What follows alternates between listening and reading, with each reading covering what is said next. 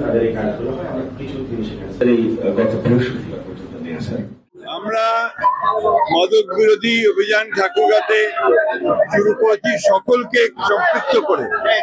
আমাদের জেলা প্রশাসক, জেলা পুলিশ সুপার থেকে শুরু করে আমাদের যত সরকারি কর্মকর্তা আছেন, স্কুলগুলো আছে, কলেজগুলো আছে, রাজনৈতিক দল আছে, আপনাদের এই সাংবাদিকদের প্রতিষ্ঠানগুলো আছে, সকলকে নিয়ে আমরা আপনার এই মাদক বিরোধী অভিযান থেকে একটা সামাজিক আন্দোলনে পরিণত করতে চাই।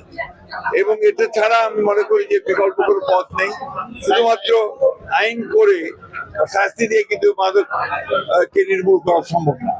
আমি বিশেষ করে আমরা ঠাকুরগাঁতে যে পদক্ষেপ নিতে যাচ্ছি, সেই পদক্ষেপগুলোর ফলে আমরা কিছুটা ইতিবাচক ফল লাভ করবো অবশ্যই। আমরা চাই যে আপনার এই ব্যাপারে একটা ইতিবাচক ভূমিকা পালন করবেন এবং এর প্রচারটা করবেন। এর মূল কাজটা হচ্ছে প্রচার করা যে মাদক খারাপ জিনিস, মাদক ব্যবহার করা উচিত না। এইভাবেই যে আমাদেরকে এগোতে হবে। জুলাই মাসে স্যার এরকম স্যার তাদের 1,31,000 টাকা মূল্য, এটা জুলাই 3 তারিখের পরে স্যার আমাদের এই অভিযানগুলি হয়েছে স্যার। বাংলাদেশের তৃতীয় পর্যায়ের গ্রাম আদালত প্রকল্পে ডিস্ট্রিক্ট ম্যানেজার হিসেবে জেলা ছাত্র সংগঠন জেলা বিএনপি